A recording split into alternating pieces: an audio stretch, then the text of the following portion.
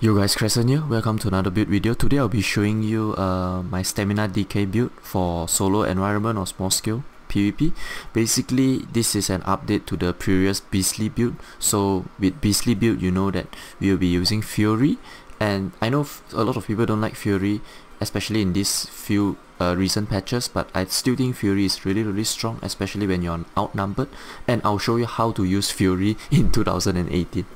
Okay, let's hop straight into the sets. The first set we will use is the Bloodspawn Monster Hound. So we'll be using 2 medium, both impenetrable, both with stamina glaive. And on the body and on the legs, we'll be using Fury. Both are heavy, both impenetrable, both with maximum stamina glaive as well. And where we need to 5-piece Fury on our body, and we'll be using 3 jewelry Fury, all of them healthy. Of course there's only healthy glyph, healthy trait, so you have to use it. I'll be using 2 cost reduction and 1 weapon damage. You could change it around for your liking. If you feel like you can, your resource is not a problem at all, you can just use 2 weapon damage, or even something like a stamina regeneration is decent as well. And the third set we'll be using is Werewolf Hide, just a really solid set.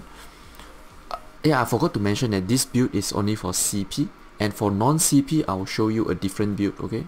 So I'll show you later for non-CP as well, because Werewolf is Fury set is just not good in non-CP environment, okay? So the Werewolf set we'll be using is on the hands, the belt and the legs, everything impenetrable, everything with maximum stamina glyph, and the sword and board we'll be using Werewolf Hide set, sturdy on a shield, and infuse with disease damage on the dagger or a sword or axe or anything, okay?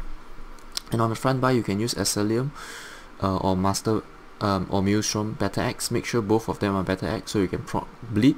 The traits are, best traits will be either Nern or Sharpen. Both are really good, and I will be using poison damage enchantment on the 2-hand bar, and disease damage on the one-handed shield bar. Alright, so obviously you can use poisons if you want. I will just show you the tooltip after Fury procced the maximum damage you can achieve. Yeah, it's basically 3.9k, but I'll show you how I get it, okay? Boogie, are you there? Okay, so I need you to do me now.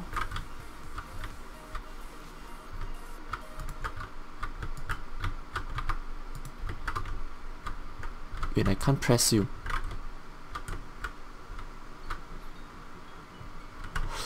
Oh my god. Alright. Okay. Let's do it now. So I want you to just do light attacks and put a bit of dot on me, okay?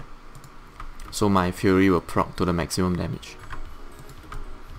Don't kill me, don't focus on killing me, just put some damage on. Alright.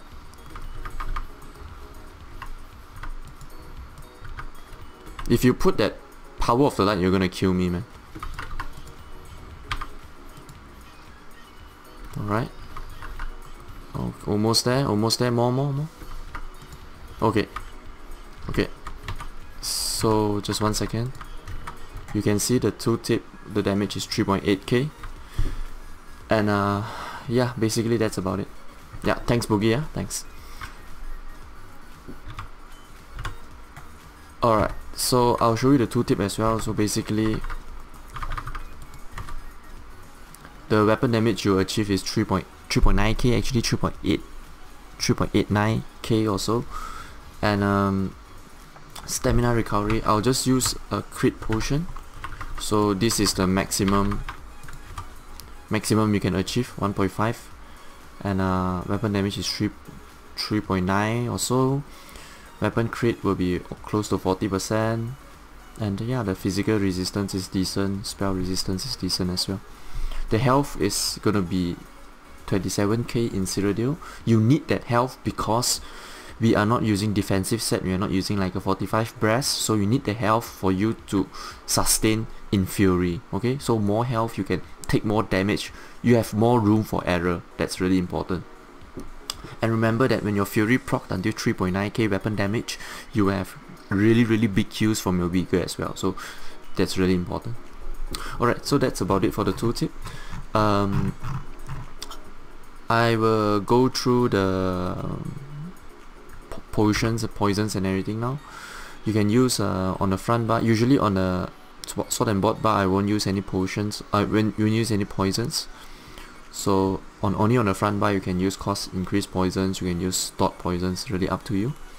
And the food we'll be using is Dubious Cameron Throne, and the potion we'll be using is either this one, immune to knockback, speed, stamina, or immune to knockback, crit, stamina. These two are the best potions. In non-CP you could consider lingering health as well. Invincible potion is really nice as well. So these are the potions that I'll be using. The Mundus stone is warrior, and yeah, that's about it. So I covered the CP setup already. It's more or less the same, it's just that we are using, instead of heavy armor, we'll be using 2 heavy, 5 medium. The main reason why I'm using medium is because Fury will increase your weapon damage, and yeah, and because of this passive, yeah, increases your weapon damage by 12%. Agility passive from medium armor will further push your Fury setup to like 3.9k like I shown earlier just now. That's why it's really powerful to run medium with Fury. Just bear that in mind. Obviously you can go heavy if you want, but I don't recommend it. I just feel like medium is better nowadays because you can dodge throw more and you can use this skill shuffle. So that's why I feel like medium is stronger. Alright, so now to the non-CP setup. The non-CP setup, it's really different, I would say. We are using Monster Helm, 2-piece Bloodspawn as well. You can use, for this build in non-CP, you can definitely use Celine. I recommend that as well, especially if you feel like your survivability is good enough. Celine is just really powerful. Yeah, Celine. So just remember to run 1 heavy and 1 medium. So I'll be using medium on the head, impenetrable, stamina glyph. You can use stamina glyph on this as well, doesn't really matter. Impenetrable trait as well, and I'm using heavy on the shoulder. Okay, and on the body, what is different is we'll be using this Barkskin set.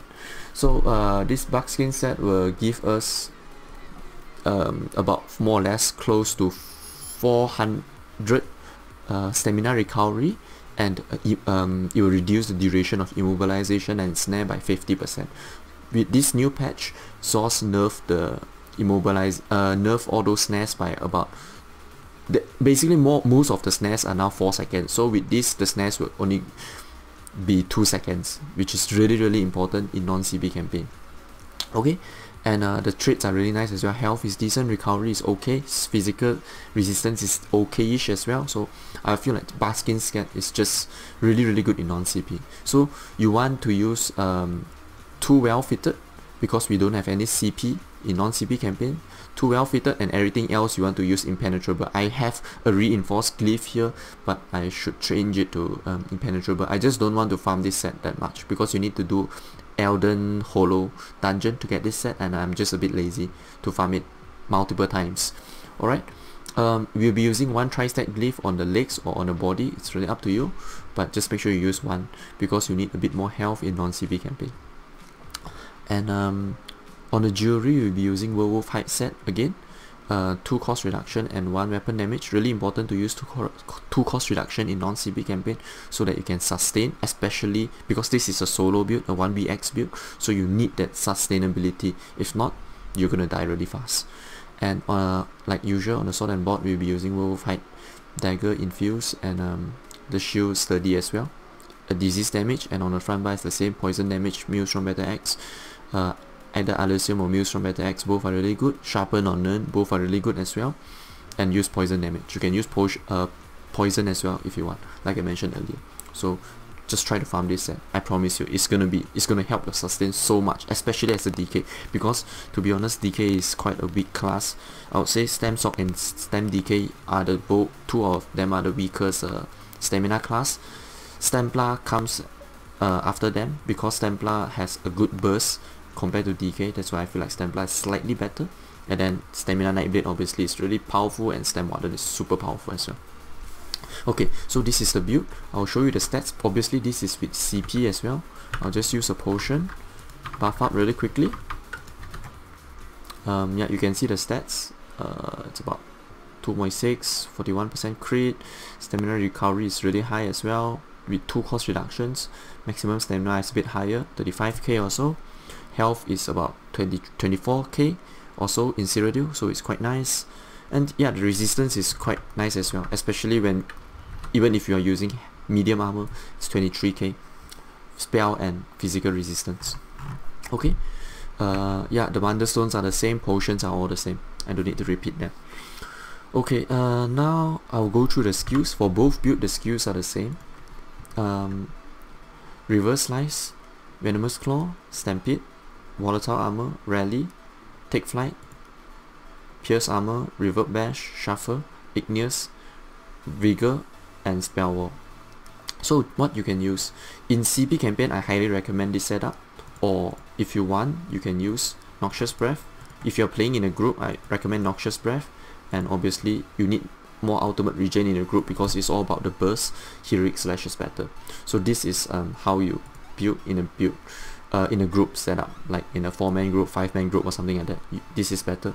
Okay, in non-CP campaign, I highly recommend you to use Flames of Oblivion instead of Shuffle if you can't sustain, because Flames of Oblivion will give you more crit, and it's a good damage dot as well. So if I buff up, I can show you the damage.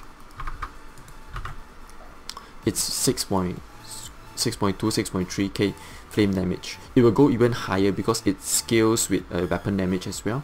So with if you're using Fury, it will go even higher. But that is for obviously for CP campaign. In non-CP campaign, you don't have Fury, but it's still really strong.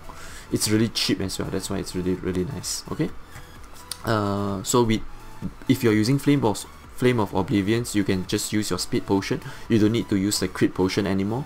So in 1vx, I just can't emphasize enough, because speed is almost everything. That's why Sorcerers, Magical Sword, Stem Warden, Nightblades are so powerful, because they all have really good speed. You know, they got all major expedition. That's why they are so powerful, and they got good burst as well. That's why that is what StamDK is lacking.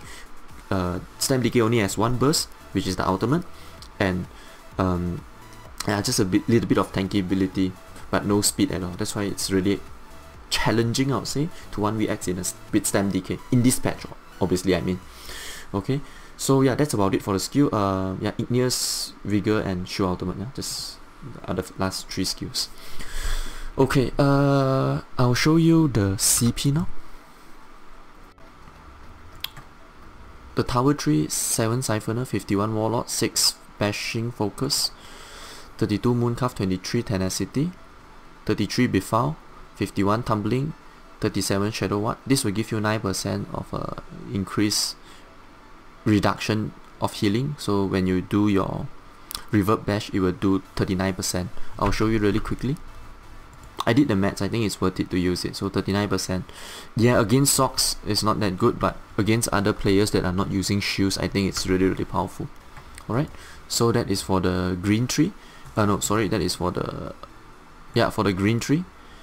Okay, 33 Befoul, 51 Tumbling, and 37 Shadow Ward. Yeah, 27 into Bless, 20 Shattering Blows, 72 Master at Arms, 51 Precise, 21 Piercing, 49 Mighty, 72 Ironclad, 18 Resistance, 34 Thick Skin, 49 Hardy, and 37 into Elemental Defender. Obviously we got our passive that gives us more resistance to magic damage, so I put less into Elemental Defender for DKs obviously. 27 into Quick Recovery, and 3 into Expert Defender.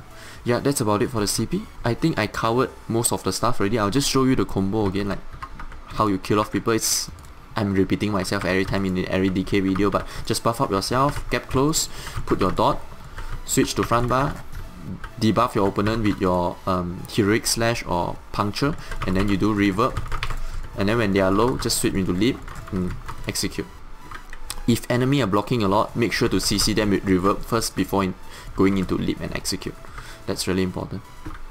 Okay, I think yeah, that's about it for this video. Thanks for watching, and I guess I'll see you guys in Cyrodiil. Okay, bye bye.